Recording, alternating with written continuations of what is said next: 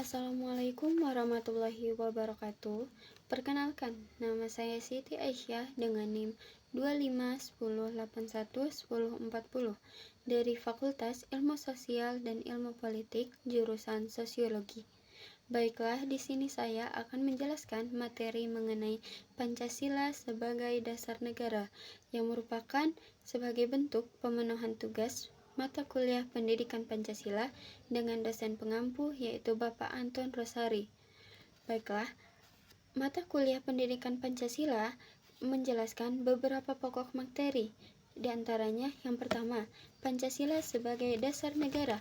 Yang kedua, Pancasila sebagai sistem filsafat. Yang ketiga, Pancasila sebagai dasar nilai. Yang keempat, Pancasila sebagai ideologi negara. Yang kelima, Pancasila dalam tinjauan historis. Dan yang keenam yaitu Pancasila sebagai sistem pandangan hidup bangsa. Namun, di sini saya akan lebih berfokus kepada materi Pancasila sebagai dasar negara. Kamus Besar Bahasa Indonesia mendefinisikan Pancasila sebagai dasar negara serta filsafah bangsa dan negara Republik Indonesia yang terdiri atas 5 sila, yaitu yang pertama, ketuhanan yang Maha Esa, yang kedua, kemanusiaan yang adil dan beradab, ketiga, persatuan Indonesia, 4, kerakyatan yang dipimpin oleh hikmat kebijaksanaan dalam permusyawaratan perwakilan, dan yang kelima, keadilan sosial bagi seluruh rakyat Indonesia.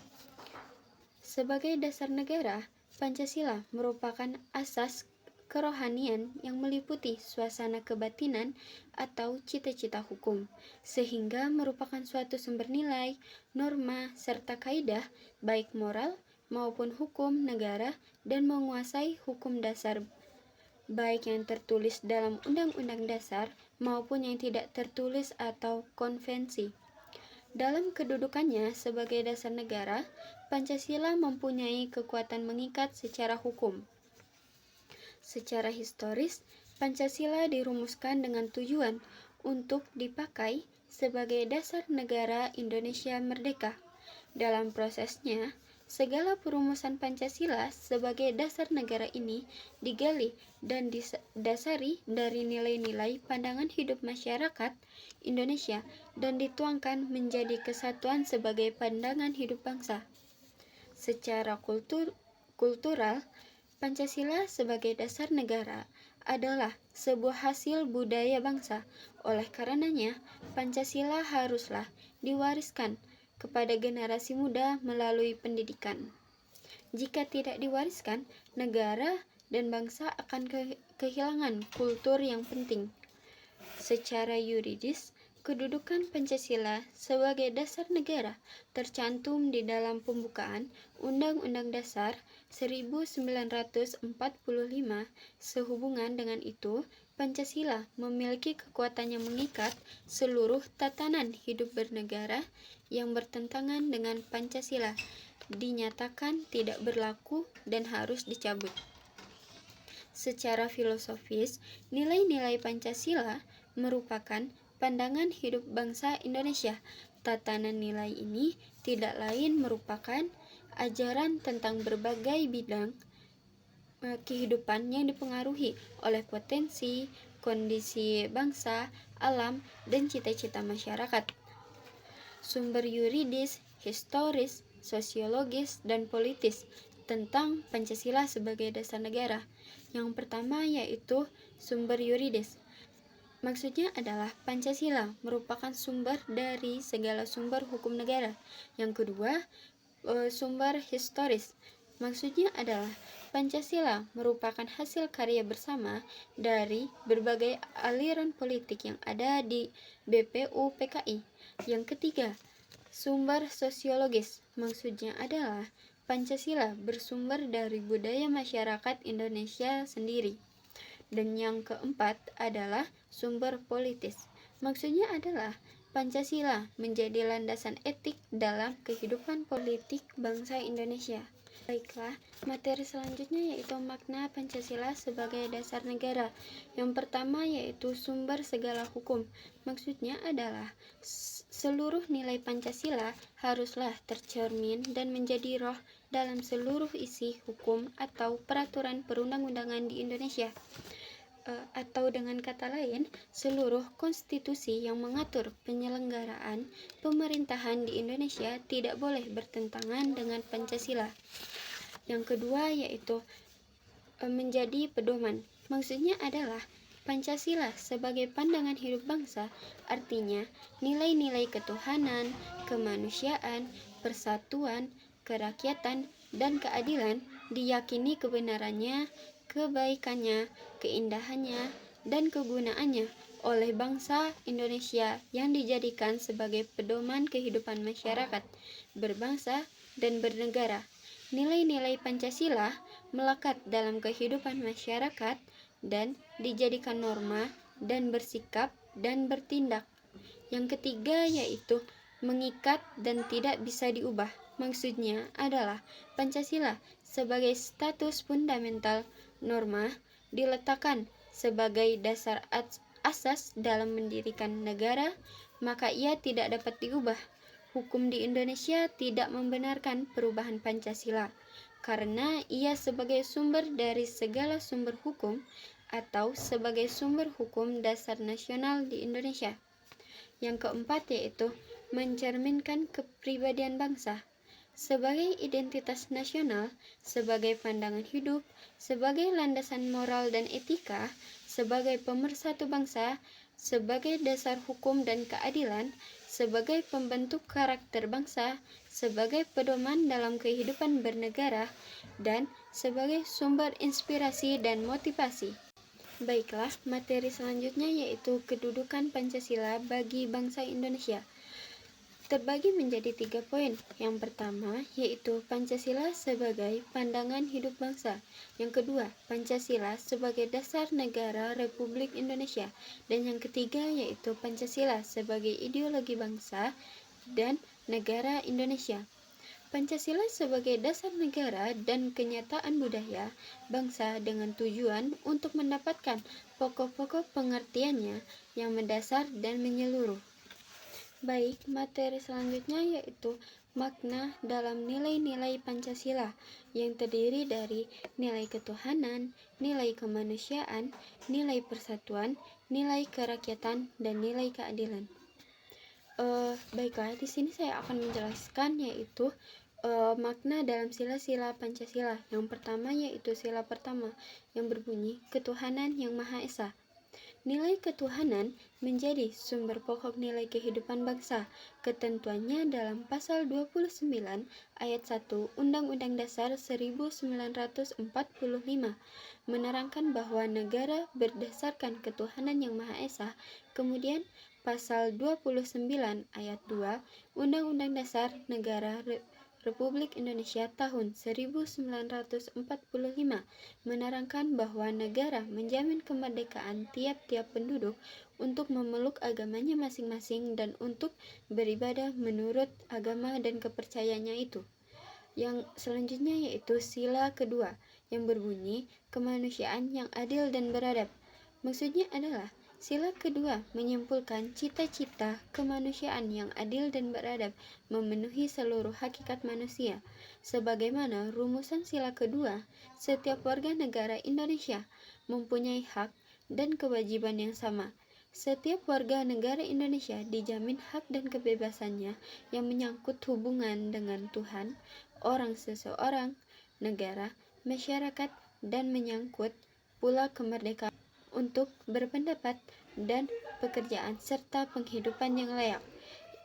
Selanjutnya yaitu sila ketiga yang berbunyi Persatuan Indonesia. Persatuan mengandung pengertian bersatunya bermacam-macam corak dan beraneka ragam menjadi satu kebulatan. Persatuan Indonesia mencakup persatuan dalam arti ideologis, politik, ekonomi, sosial, budaya, dan keamanan. Persatuan Indonesia merupakan persatuan bangsa yang didorong untuk mencapai kehidupan berbangsa yang bebas dalam wadah negara kesatuan yang merdeka dan berdaulat.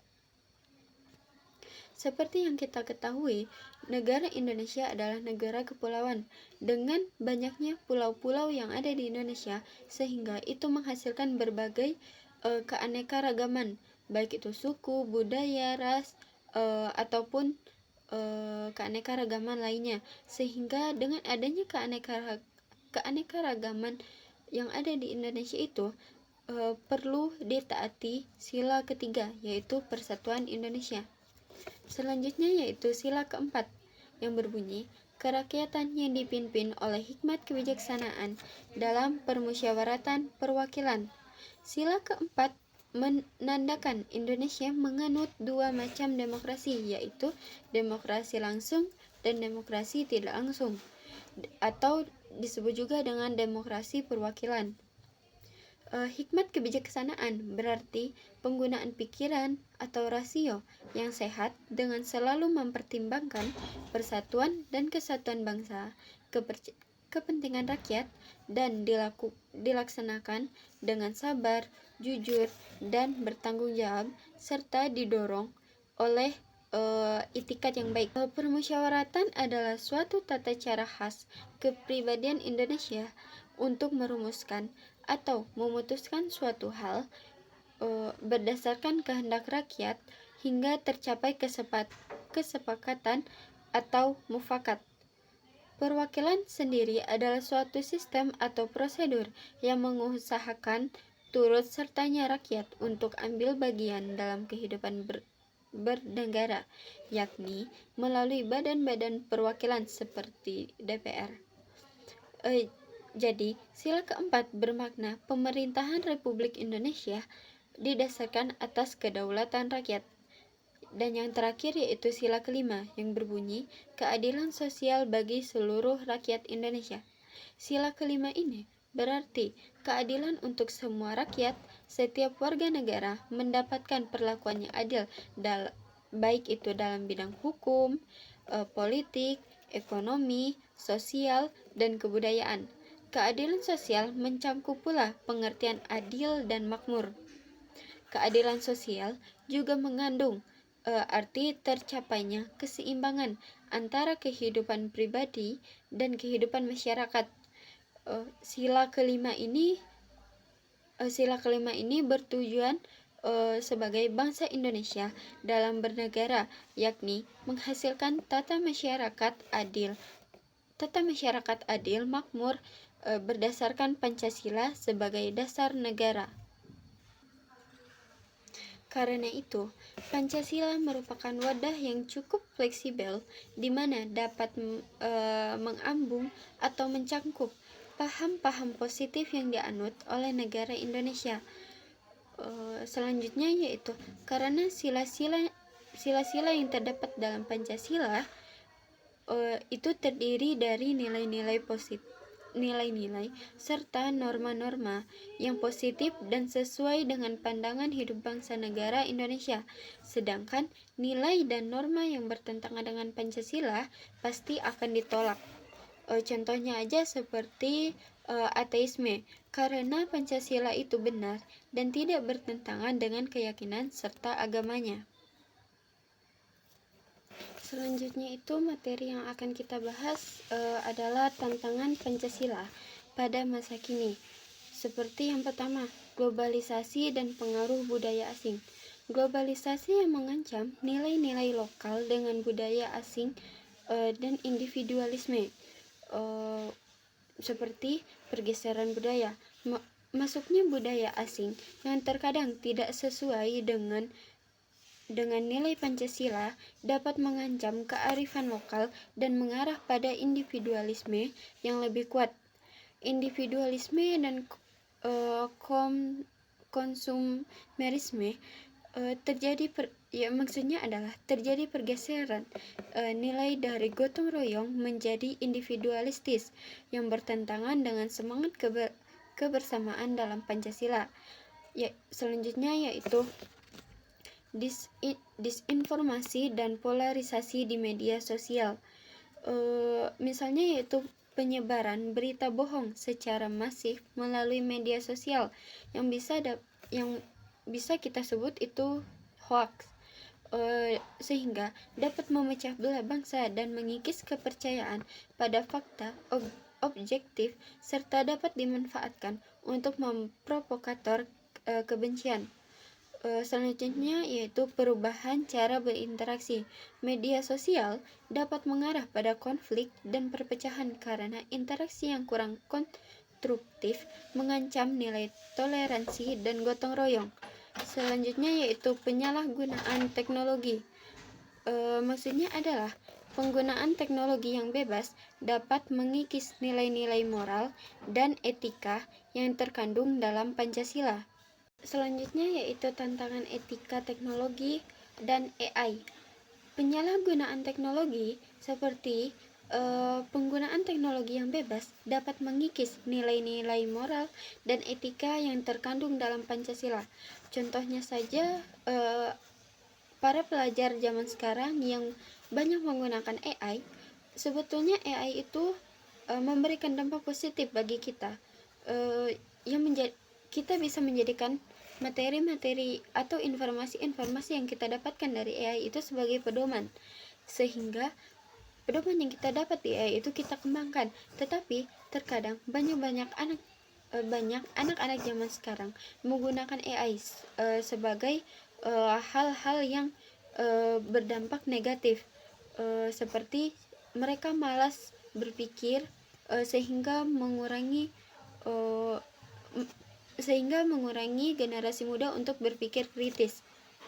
Selanjutnya yaitu banyaknya muncul masalah-masalah pada masa kini. Contohnya seperti korupsi, kolusi, dan nepotisme atau disingkat dengan KKN. Masalah KKN masih terus terjadi dan menggerogoti nilai-nilai integritas, profesionalisme, dan akuntabilisme. Selanjutnya yaitu radikalisme dan intoleransi. Maksudnya yaitu munculnya gerakan ekstrim dan intoleransi mengancam semangat persatuan dan kesatuan bangsa. Selanjutnya yaitu krisis moral dan etika. Melemahnya nilai-nilai moral dan etika yang terlihat dari penyalahgunaan teknologi tadi, seperti ketidakpedulian terhadap lingkungan dan penyebaran informasi palsu, seperti yang sudah saya jelaskan tadi, seperti yang bisa kita sebut sekarang itu hoax. Pengesahan Pancasila sebagai dasar negara dalam sidang PPKI pada tanggal 18 Agustus 1945.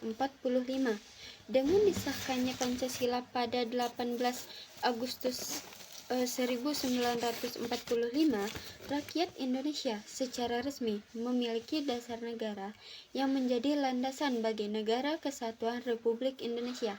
Pancasila bukanlah sekedar retorika, melainkan representasi dari semangat dan komitmen untuk menjaga keutuhan, keadilan, serta kesejahteraan bagi seluruh rakyat Indonesia. Dari pengesahan Pancasila sebagai dasar negara dalam sidang PPKI pada tanggal 18 Agustus 1945 tersebut menghasilkan 5 sila. Yang pertama yaitu ketuhanan yang Maha Esa, kedua kemanusiaan yang adil dan beradab, ketiga persatuan Indonesia, yang keempat kerakyatan yang dipimpin oleh hikmat kebijaksanaan dalam permusyawaratan perwakilan, dan yang kelima yaitu keadilan sosial bagi seluruh rakyat Indonesia. Secara yuridis konstitusional, rumusan Pancasila sebagai dasar negara Republik Indonesia yang sah dan benar tercantum dalam Undang-Undang Dasar Negara Republik Indonesia tahun 1945 pada alinea keempat bagian akhir. Sementara yang kita tahu bahwa pembukaan Undang-Undang Dasar Negara Republik Indonesia tahun 1945 merupakan pokok kaidah negara yang fundamental. Dinamika dan tantangan Pancasila sebagai dasar negara di era reformasi Pancasila dianggap tabu karena seakan menyangkut Orde Baru, sehingga masyarakat melupakan nilai Pancasila dan terjadi penyimpangan-penyimpangan atas hak asasi manusia dan demokrasi. Untuk itu, Pendekatan indoktrinasi tidak sesuai lagi untuk menumbuhkan kesadaran berpancasila, namun pendekatan edukasi, rekreatif, refleksi, futuristik, aplikatif, fungsional, serta pendidikan multikultural. Baiklah, materi terakhir dari Pancasila sebagai dasar negara yaitu contoh penerapannya. Karena Pancasila pasti selalu kita kaitkan dengan kehidupan sehari-hari. Contohnya saja yang pertama, tidak memaksakan kepercayaan kita kepada orang lain. Maksudnya adalah kita tidak boleh memaksa orang lain untuk ikut kepercayaan, untuk ikut dengan apa yang kita percayai. Contohnya seperti agama. Kita tidak boleh memaksakan seseorang untuk ikut masuk ke agama yang kita anut. Yang kedua yaitu tidak membeda-bedakan, baik itu dari suku, ras, golongan, maupun dari keanekaragaman yang ada di Indonesia. Yang ketiga yaitu menjaga kerukunan antar warga dan tidak memicu permusuhan. Dan yang keempat yaitu memaksakan kehendak pribadi kepada orang lain. Dan yang kelima, berani membela kebenaran dan keadilan dalam setiap tindakan. Baiklah, apabila kita menerapkan Pancasila sebagai dasar negara dalam kehidupan sehari-hari kita, otomatis kita akan menjaga persatuan dan kesatuan bangsa Indonesia. Baik itu pada orde sekarang yang seperti yang kita ketahui banyaknya perkembangan zaman yang sehingga melunturkan rasa-rasa nilai persatuan dan kesatuan warga negara Indonesia. Baiklah, cukup sekian materi yang dapat saya sampaikan. Mohon maaf apabila terdapat beberapa kesalahan dalam kata-kata yang saya sampaikan. Saya akhiri dengan wassalamualaikum warahmatullahi wabarakatuh.